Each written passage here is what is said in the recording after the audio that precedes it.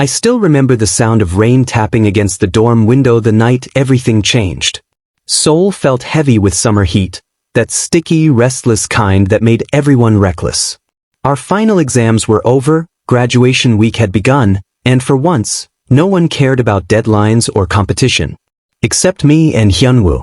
Even at the end of our last semester, he still found ways to get under my skin.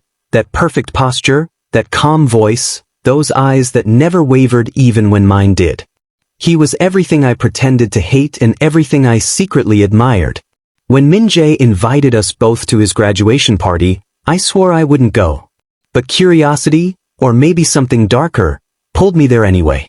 The rooftop was buzzing with laughter, neon lights, and the faint smell of barbecue. Music thumped low in the background.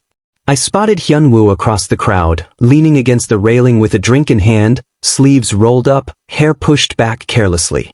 Even from a distance, he looked untouchable. I told myself not to care. But every time I laughed too loudly, his gaze flickered toward me. Every time someone bumped into me, his jaw tightened like he wanted to say something but wouldn't. By the time midnight hit, I was tipsy, warm, loose, and tired of pretending. He was sitting alone when I found the courage to walk over. "So, top of the class finally relaxing?" I teased, my voice steadier than I felt. He looked at me, one corner of his mouth curving slightly. "Didn't think you'd show up? Didn't think you'd talk to me?" Something unreadable passed through his eyes. The city lights reflected in them, cold and beautiful. I didn't plan to. That should have been my cue to walk away. But I didn't. The air between us was charged, like static before lightning. He offered me his drink and I took it. Our fingers brushed. My pulse jumped. Neither of us spoke after that. The silence said more than words ever could. When the rain started again, most people ran for cover. I stayed. So did he. We stood there under the soft drizzle, watching the lights blur into streaks of gold and blue. "Why do we keep doing this?" I asked quietly. "Doing what?" "Pretending we don't see each other." He didn't answer at first. His eyes lingered on my lips before he looked away. "Because it's easier." Something in his voice cracked, just a little. That was all it took. I don't remember who moved first. Maybe I did, maybe he did, but the space between us vanished. His breath was warm, his hand firm at the back of my neck. When our lips met, it felt like everything we'd been holding back finally broke loose. The kiss wasn't gentle. It was years of rivalry and tension crashing together, heat, anger, need, everything we'd buried under grades and pride. I should have stopped it. We were both drunk on more than alcohol. But when his hand slid up my arm and I felt him tremble just slightly, my resolve melted. We left the rooftop without a word. The hallway lights flickered as we stumbled into his room, both soaked from the rain. The city outside kept pulsing, but inside, the world felt small and quiet, just our breathing, quick and uneven. There was nothing careful about the way we held each other. It wasn't perfect. It wasn't planned. It just was. For the first time, Hyunwoo wasn't composed. He wasn't the calm, disciplined student everyone admired. He was real, flawed, hungry, desperate. And I loved that version of him more than I should have. When it was over, the world felt still. My heart was racing. His chest rose and fell beside me in the half-dark. I wanted to say something, anything, but the words wouldn't come. Then morning light crept through the blinds, cold and unforgiving. He was already up, buttoning his shirt, eyes distant. The warmth from last night vanished like a dream fading with daylight. "Hyunwoo," I started. He turned to me, expression unreadable. "Don't make this complicated, Jimin." "Complicated?" I laughed bitterly. "You kissed me. It was a mistake," he said sharply. "Let's just forget it happened." The words hit harder than I expected. My throat tightened. A mistake. He didn't look at me. "You know what I mean." I waited for him to take it back, to say he didn't mean it. But he didn't. He just grabbed his bag and walked out the door. And just like that, everything ended. I sat there for a long time, staring at the empty space where he'd been. The sheets still smelled like rain and him, clean, sharp, unforgettable. I hated that I couldn't hate him. That night became a secret I carried alone. To everyone else, we were still rivals, two graduates moving on with our lives. But inside, I knew something had changed. Something I couldn't undo. When I heard a week later that he'd left for an overseas internship, I told myself it didn't matter. That I'd forget. But I didn't. Sometimes, when the city got quiet, I'd still hear the sound of that rain against the window, the rhythm of everything we never said, and everything we couldn't take back. I didn't know it then, but that night wasn't the end of our story. It was only the beginning of a secret that would come back to change everything. 3 weeks passed before I realized the silence in my life was too loud. Hyunwoo was gone, off to some overseas internship that everyone said was prestigious. I deleted his number the night I heard the news, but somehow I still remembered every digit. Campus felt different without him. The hallways that once buzzed with competition now just echoed with my own footsteps. I told myself I hated him, but every time it rained, I caught myself glancing at the windows and remembering that night, the warmth of his hand, the way he'd looked at me like he was about to say something real before he swallowed it back down. I threw myself into finishing my final projects, pretending to be fine. Friends said I looked pale, I laughed it off. When I started feeling dizzy in the mornings, I blamed coffee and skipped breakfast. But the nausea didn't stop. Neither did the exhaustion. I'd climb the dorm stairs and feel like I'd run a marathon. Then one afternoon, I was sketching in the art studio when Mjun, the same friend who'd hosted that party, teased, "You've been tired lately, Jimin. You sure you're not, in trouble?" He said it as a joke. I laughed too, until the sound caught in my throat. That night, I couldn't sleep. The idea wouldn't leave me alone. In trouble. The words chased me through the dark. By morning, I found myself standing in a tiny pharmacy near campus, hood up, hands shaking as I bought a test I wasn't brave enough to name. I stuffed it into my bag like it was contraband and hurried back to my room. The world felt like it was holding its breath while I waited for the result. 2 pink lines. I stared until the color blurred. My heart pounded so hard I thought I'd faint. "No," I whispered. "No, no, no." But there was. Unforgiving. I sank to the floor, knees weak. I wanted to scream, but no sound came out. My mind was a mess of images. Hyan's face, his cold words, the way he'd said mistake. Was this what he would see too, if he knew? Another mistake? For the next few days, I lived on autopilot. Smiling when friends spoke, eating when someone reminded me, pretending I wasn't terrified. But every quiet moment brought the truth back. I thought about calling him. I even drafted a message once, "We need to talk." Then I imagined his voice, cool, detached, and deleted it. He'd made his feelings clear. I couldn't face that rejection again. So I decided to keep it secret. After graduation, I packed my things and told everyone I'd found work in a smaller city down south. No one asked too many questions. Everyone was too busy moving on with their own lives. I rented a tiny room near the coast. The air smelled like salt and rain. It was quieter there, peaceful, almost kind. I found a part-time job at a cafe, and the owner didn't mind when I took breaks to rest. The weeks turned into months. My body changed and so did my heart. At first, I resented everything. The fatigue, the fear, the way my clothes stopped fitting. But slowly, something else grew inside me besides panic. It came softly, like dawn light seeping through curtains. I'd feel a flutter inside me and catch myself smiling. I started talking to the baby when no one was around, whispering promises I wasn't sure I could keep. "I'll protect you," I'd say. "Even if it's just me." When Mjun was born, the hospital smelled of disinfectant and lullabies. The nurse placed him in my arms and everything, the pain, the loneliness, the sleepless nights, disappeared in that instant. He was tiny, warm, and perfect. He had Hyan's eyes. The same sharp shape, the same quiet focus, only softer, innocent. I traced his little hand with my finger and felt something break open inside me. Years passed quietly after that. I learned how to balance bottles and bills, laughter and tears. My landlord became like family, helping when shifts ran late. The cafe regulars adored Mjun and spoiled him with pastries. Every once in a while, someone would mention Seoul, or I'd see a news headline about successful young executives, and Hyan's name would flash in my mind like lightning. I wondered if he'd changed, if he ever thought about me. Then I'd remind myself it didn't matter. Mjun was all I needed. Still, on nights when the rain came down just like that first night, I'd watch my son sleep and whisper, "You weren't a mistake. You're my miracle." I didn't know that far away, fate was already shifting again, that the man who once called me a mistake was walking straight back into our lives. Life had settled into a rhythm. Early mornings with coffee and Mjun's laughter, long shifts at the cafe, quiet evenings by the window when the city lights blinked like tired eyes. It wasn't glamorous, but it was peaceful, a peace I'd built with my own hands. Mjun had just turned 4. He loved trains, strawberry milk, and singing too loudly in public. Every time he smiled, the world seemed softer.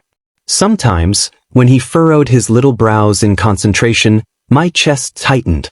He looked so much like Hyunwoo that I had to look away. But the memories had dulled with time. I'd convinced myself that chapter of my life was over. Until that day. It was a Tuesday, the kind that felt ordinary until it wasn't. I was behind the counter at the cafe, wiping down tables after the morning rush, when the bell over the door chimed. "Welcome in," I said automatically, without looking up. Then a familiar voice answered, low and smooth, the kind I'd once heard whisper my name in the dark. "Jimin." I froze.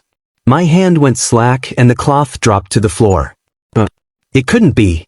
But when I turned, there he was, standing just a few steps away, tall and sharp in a black suit that fit him too well, eyes as unreadable as ever. Hyunwoo. For a second, the world blurred.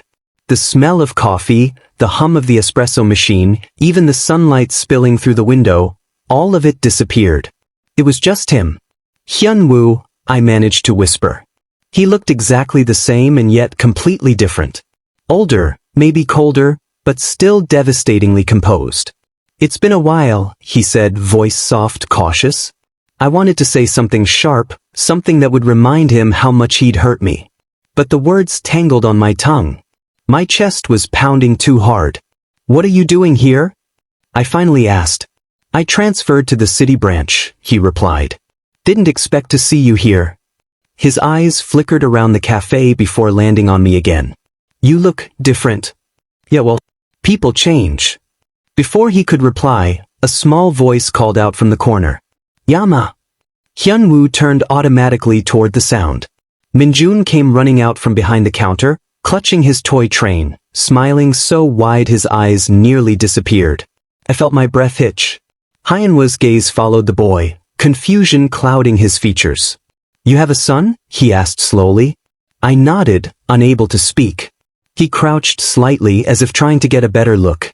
"He's cute," he said, forcing a smile. But then Mjun looked up at him, really looked, and for a moment, the air went still.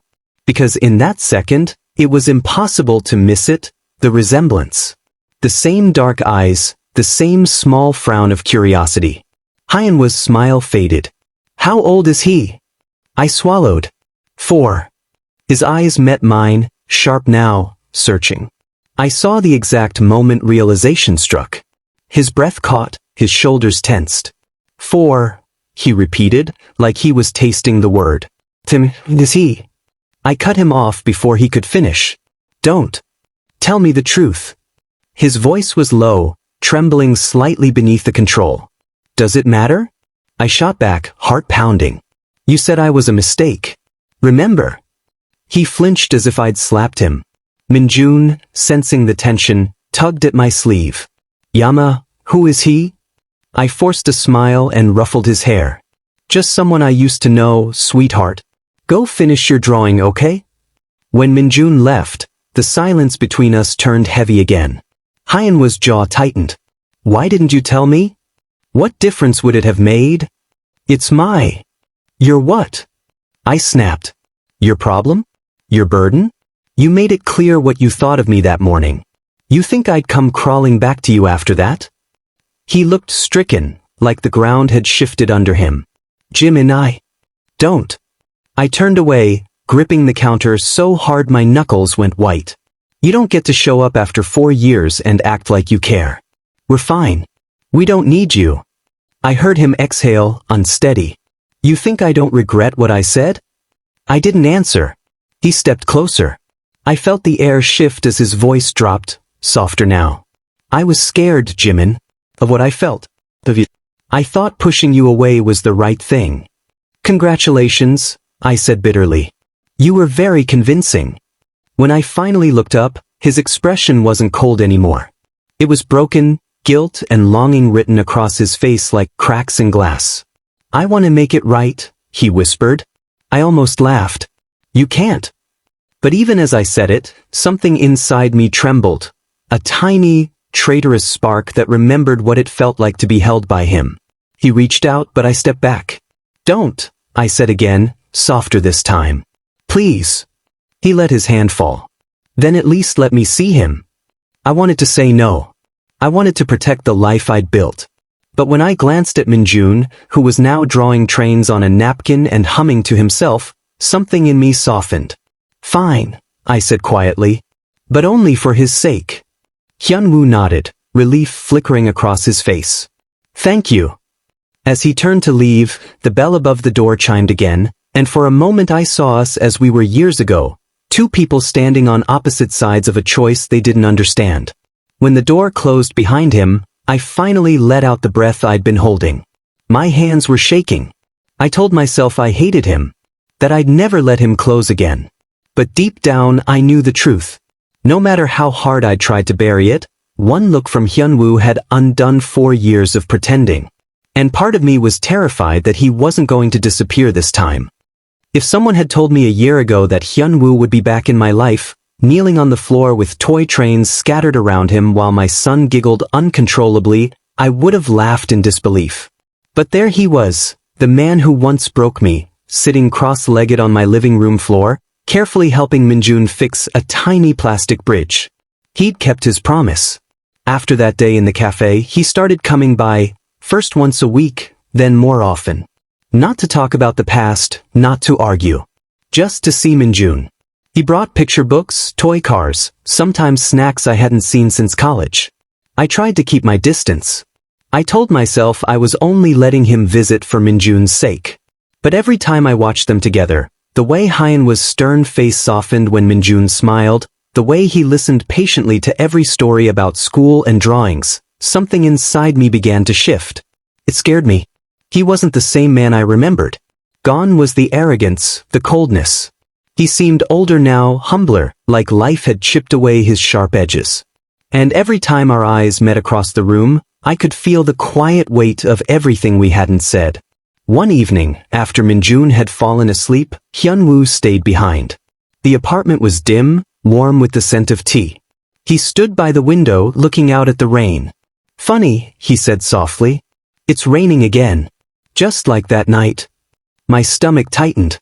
You remember? He turned to me, his expression full of something raw. I remember everything, Jimin. Every word I said, every look, every moment I wasted because I was too afraid to admit how much you meant to me. I didn't know what to say. He took a step closer. You have every right to hate me. But I need you to know, I never stopped thinking about you. I tried to forget, but it didn't work. It never does. I crossed my arms, pretending not to tremble. Words don't change what happened. He nodded. I know. That's why I'm not asking for forgiveness. Not yet. I just want to be here. For him, and for you if you'll let me. For the first time, his voice cracked a little on the last word.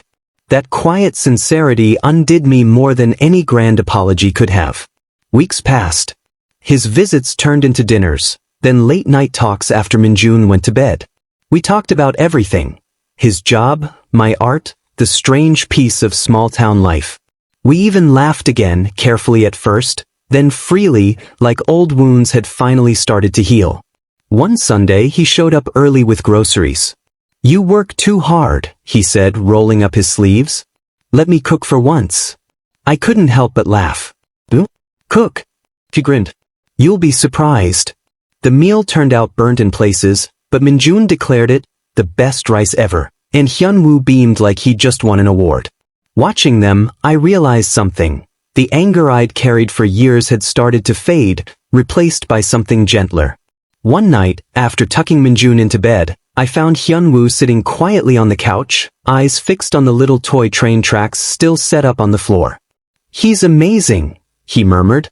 "You did all this alone, didn't you?" I shrugged. "I didn't have a choice."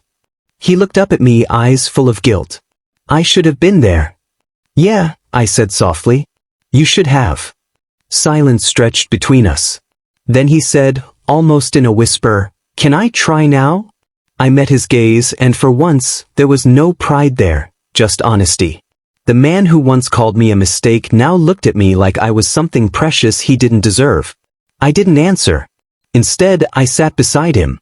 The space between us felt smaller than it had in years. He reached out carefully, his hand brushing mine. I didn't pull away. We sat like that, fingers barely touching, the sound of rain filling the room. It wasn't fireworks or dramatic confessions this time. It was quiet, steady, the kind of love that grew from patience and pain and finally, peace. Days turned into months. Mjun grew bolder, happier. The three of us began to feel like something whole, something real. One morning, while walking to the park, Mjun grabbed both our hands and said, "Apatama, hold hands together." Hyunwoo froze. I did too. Then he smiled, a soft, nervous, hopeful smile, and laced his fingers through mine. My heart skipped, but I didn't pull away. Maybe it was time. Maybe forgiveness didn't need grand gestures. Just small moments like that, quiet and true. That night, as Mjun slept and the city lights flickered beyond the window, Hyunwoo turned to me and whispered, "You were never a mistake, Jimin. You were the best thing that ever happened to me." For the first time, I believed him. I leaned against him, feeling the warmth of his shoulder, the rhythm of his breath. Outside, the rain began again, soft and familiar, like the world itself had come full circle. And this time, I didn't cry. I just closed my eyes and let myself believe in second chances.